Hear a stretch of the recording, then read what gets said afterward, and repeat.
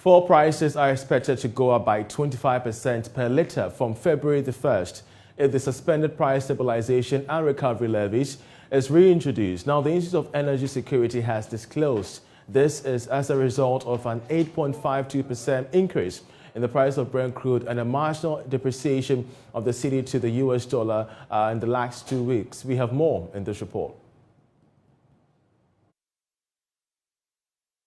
Price list of these bulk oil distribution firms for the next 2 weeks, diesel will witness the highest increase, going up by 5.6% per litre. This should translate in currency terms at around 39 pesos increase per litre. Petrol will go up by 3.6% per litre. That should be around 25 pesos per litre increase. Now, this is the price that the bulk oil distribution firms are going to sell to the oil marketing companies from Tuesday, that is tomorrow. But looking at the current challenges facing most of the oil firms or the more than 100 companies in the country, it might be difficult to absorb this increase. However, we shouldn't forget the role of gold in all this. It is currently selling a litre of diesel and petrol at 6 cedis 85 pesos. Now, if GOL, which has its own bulk oil distribution firm, goes ahead to increase prices at the pumps by this margin, then we can say that we should be looking forward to some interesting times ahead. The increase can be linked to the current development on the international market, which has seen crude prices hit an all-time high. There is currently a convention between the Transport Ministry and transport operators that any time prices of petroleum products go up by more than 5 to 10% in a quarter, that should trigger discussions between the Transport Ministry and unionized transport operators for fares to go up. So, looking at the way things are going now, will the commercial drivers push for discussions for fares to go up? Now, we know this is as a result of an 8.52 increase in the price of Brent crude. We could help you appreciate the estimate in the graphics on your screens there. The fact that, the introduction of government duty discount on benchmark value policy, well, of course, this is a different situation that we're talking about. But of course, the depreciation of the cedi against the US dollar adds on to the factor of price increases, which could see all the oil marketing companies crossing the 7 cedi per litre mark for gas oil and gasoline. The Executive Director of the Institute of Energy Securities has joined us via Zoom, Nana Moisi the 7th, for his thoughts on this. Welcome to the program. First of all, what other factors are influencing the cost of these commodities, especially LPG? Thank you, Saite. The local market is predominantly impacted by happenings on the international market, because when the prices of LPG, ATK, gasoline and gas oil on the international market surges to certain levels, because for every liter of fuel that we consume, it's imported and we are price takers, definitely it will hit the pump. The importers, being the BDC, will pass on the extra costs to the OMCs. The OMCs will direct it to consumers. Again, on the local front, the cedi is not doing too well against the US dollar. And because these products are procured with in US dollar terms, any depreciation means that the value of the amount of money held by BDCs to procure similar parcel of products, has shrunk.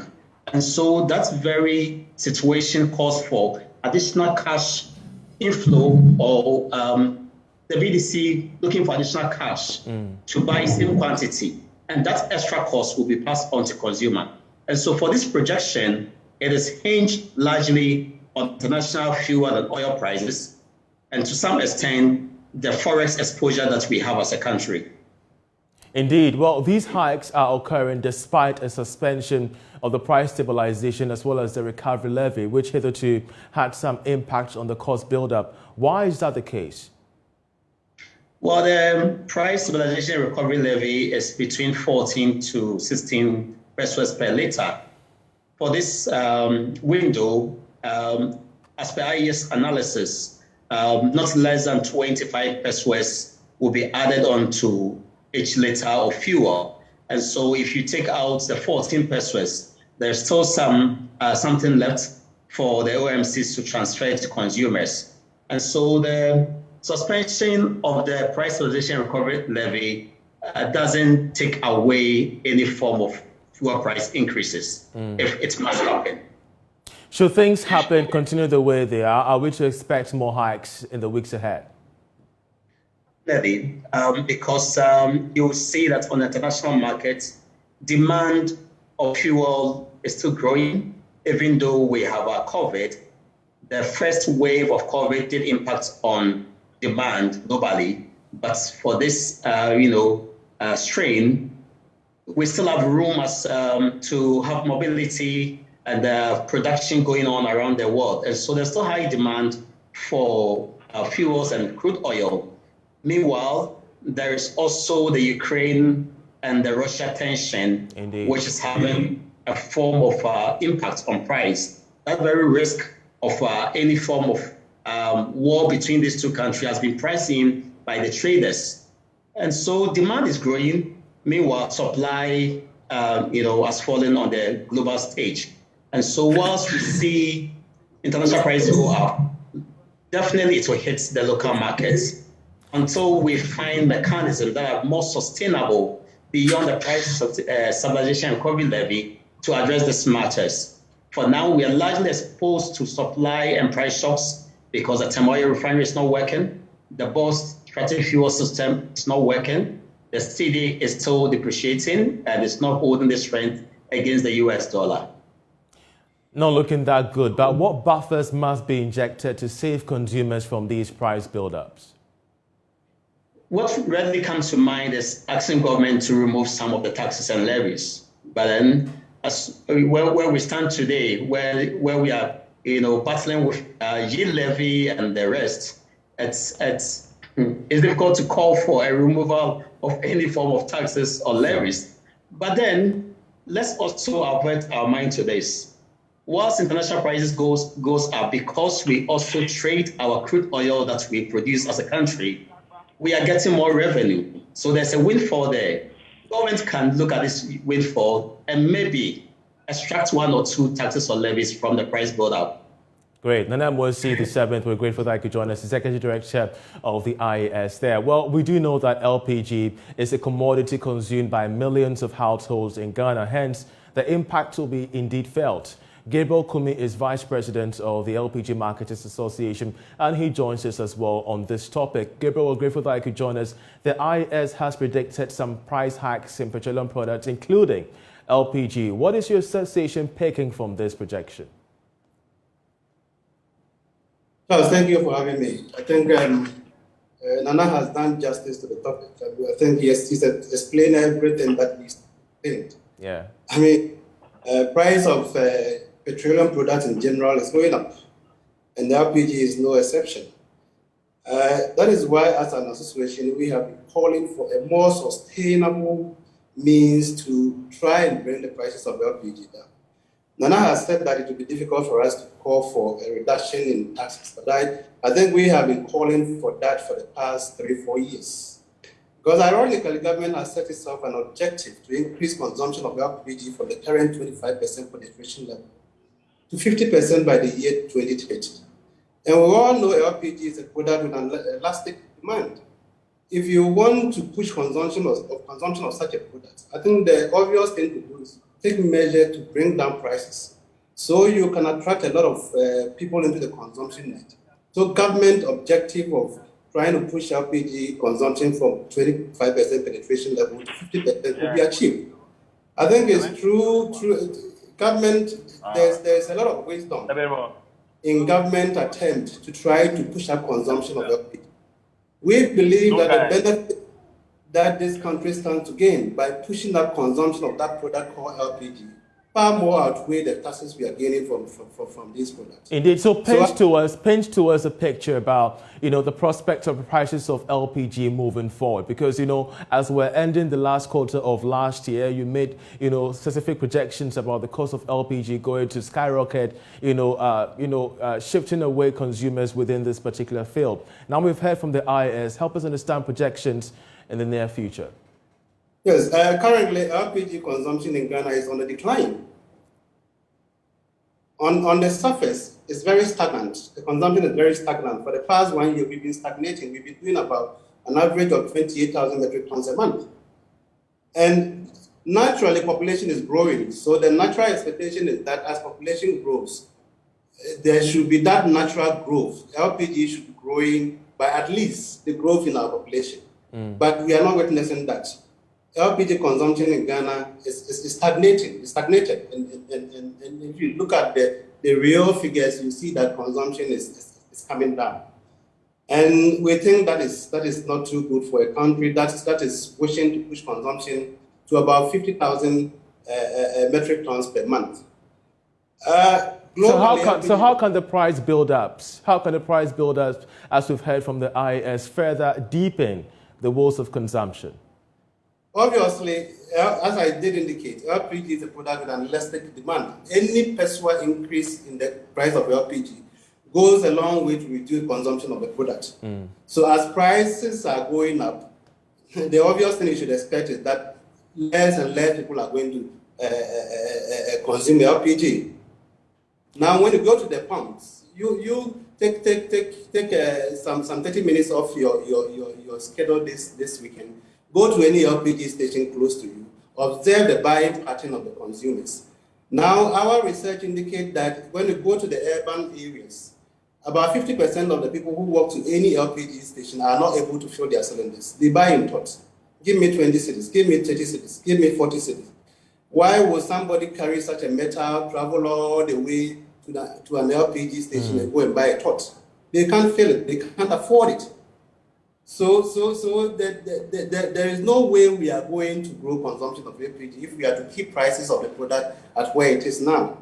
That is why we have been calling for a total scrap of all taxes on LPG. Indeed. Mind you, this is the product we use to subsidize. All right. We used to subsidize LPG to the tune of about 50% at the introductory stages. And we shall see how the stage where consumption started growing, where the subsidies were becoming so huge. Government said it could no longer find money to subsidize. Sure. So And of course, we shall monitor how this impacts consumption at the pumps, as you rightly stated in our subsequent bulletin. Gabriel Kumim, we're grateful that you could join us with your thoughts on this matter. Well, let's move now upstream, the oil and gas sector, because there are calls for players in the space to take lessons from the recent explosion at Bokozu, which wiped out an entire community. We know that government has set out regulations through the Petroleum Commission to ensure a safe ground for these exploratory firms. Let's bring in Dr. Yusuf Suleiman. He's a petroleum expert on this matter. Doc, first of all, from occupational health and safety to material asset integrity, how safe, in your opinion, is Ghana's upstream sector as we speak? Thank you very much, Charles, and good afternoon to your cherished viewers in Ghana and across the globe. Yes, so I will say that I will just encapsulate both the upstream and downstream. Because for the upstream, I think we haven't, as a nation, recorded any major, incident of a portion that will take international dimension or it will take international attention. However, we did the downstream. We recorded quite a lot. I mean, over the years, that actually caught international attention. And so, inherently, I would say that extractive industry in general, they do have a lot of robust, safety barriers or safety mechanisms, which has always been contributed to the continuous survival and the business continuity of such industries.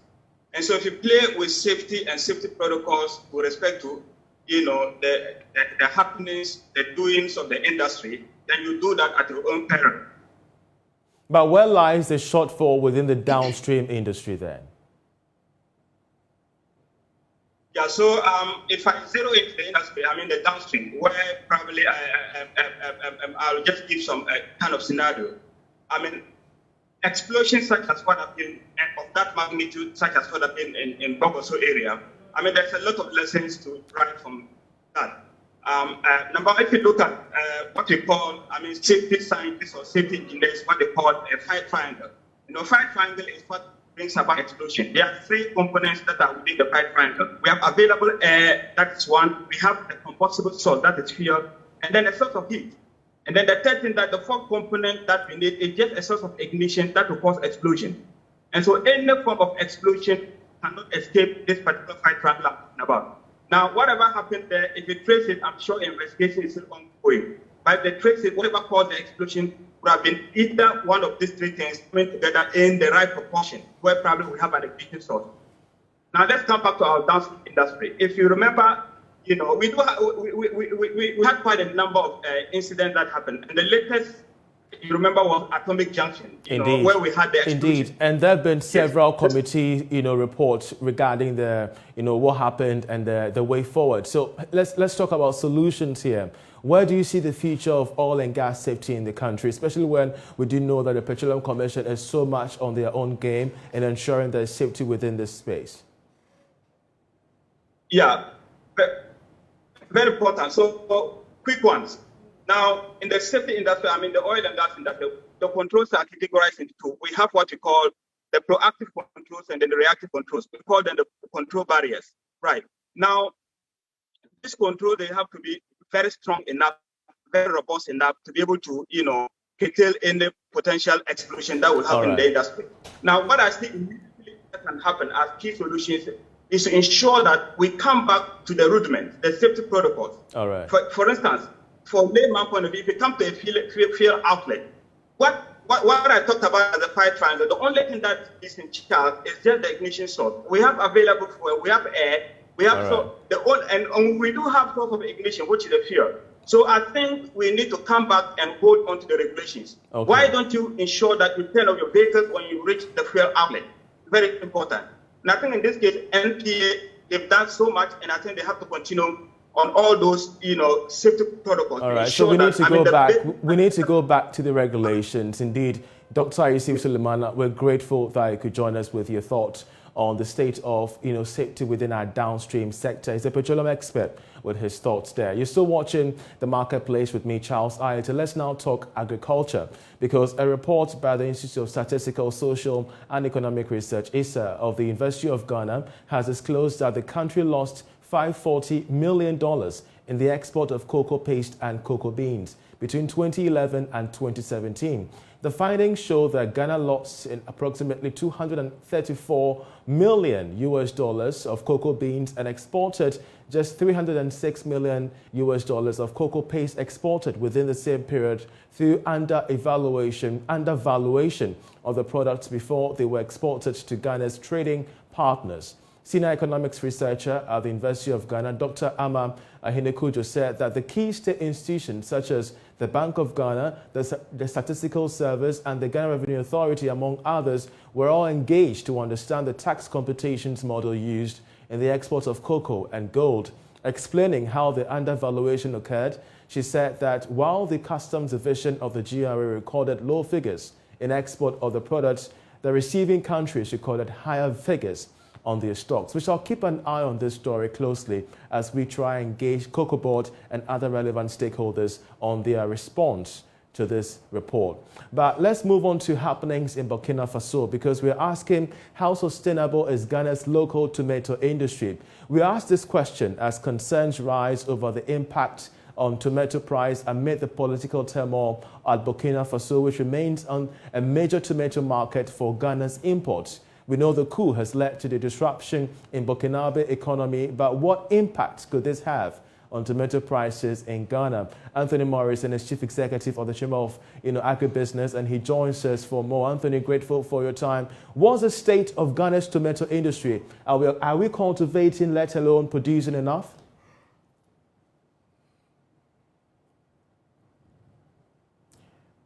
Well, thank you very much, and a very good afternoon to your cherry joy. Sure. Yes, of course.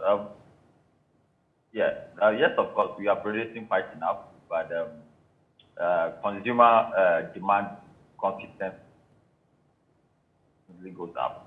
So I think that there is more to be done. Let me also say that even before the food design, there were already some challenges.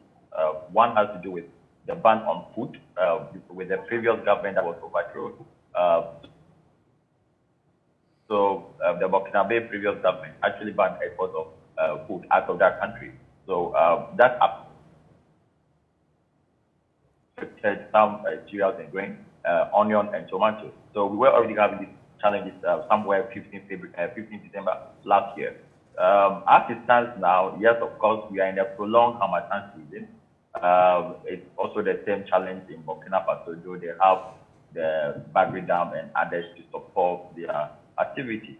What we need to do in Ghana is to work very well on our post-harvest losses, find very innovative ways to reduce post-harvest losses, look at the more efficient ways we can also produce tomatoes during the dry season, especially making use of all the irrigation sites that the Ghana Irrigation Authority has done.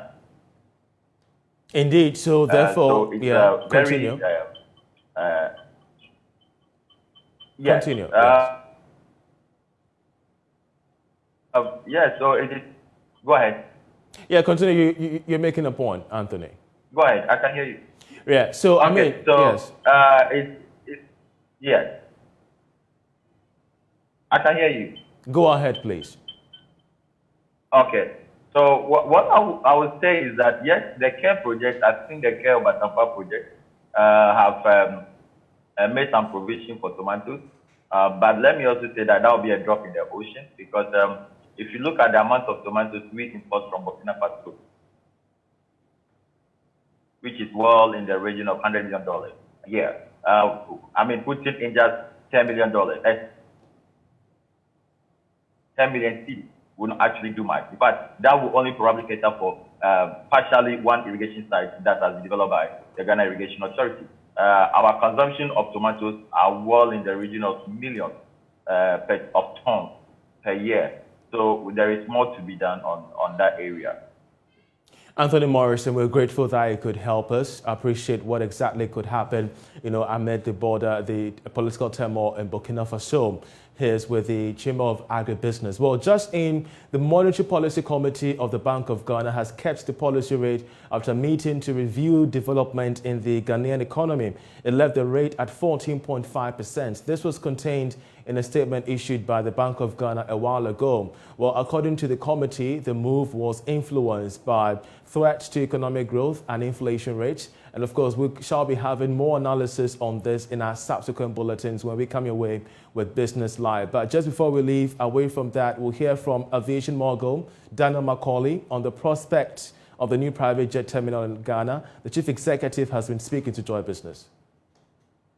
Mcdonald Aviation, after acquiring a fixed base operator license from the Ghana Airports Company Limited, will start its first commercial private jet services with 3 airplanes and 1 helicopter. The occasion, which was graced by captains of industry and business owners, was used as a platform to unveil services to be offered by the terminal, which is situated at Kotoka International Airport. According to the chief executive, Daniel Macaulay, the terminal will support the job creation agenda of the Mcdonald Group. You can see over 10 private jets sitting there. It tells you that there's a lot of business going on in Ghana. I mean, I'm not looking much of revenue. I'm looking at job creation. I mean, this is what can create direct and indirect jobs for the country. Now that we're always talking about job creation. And the Mcdonald brand is a job creator. We try to create more jobs for Ghanaians. Most of our industry that we are building, we are creating jobs in the country.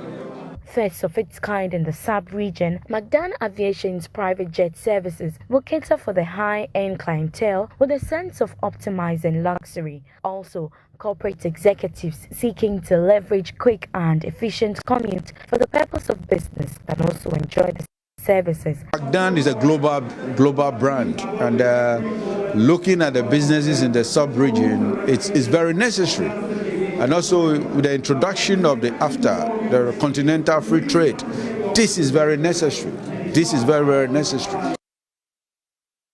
And that is Mcdonald there with his private jet prospect. But as we've been stating just in developing story, the Monetary Policy Committee of the Bank of Ghana has kept the policy rate after meeting to review development in the economy. It left the rate at 14.5%. This was contained in a statement issued by the BOG. We have more details on this one at 5 when Dow Kwal comes your way with Business Live. In the meantime, that's it for the marketplace. Many thanks for watching. Enjoy the rest of our programs.